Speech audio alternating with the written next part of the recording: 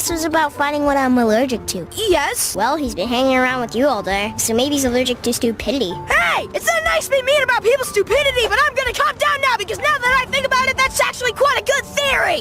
Is it? Well, yeah. It all started with that stupid pillow fight. And the more people gave me stupid solutions, the worse it got. There must be a way to prove this, but how? Hey guys, you sometimes wonder, what tree does cheese come from?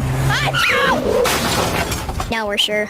Look, what if he sneezed upwards? Nothing would get damaged. I knew it.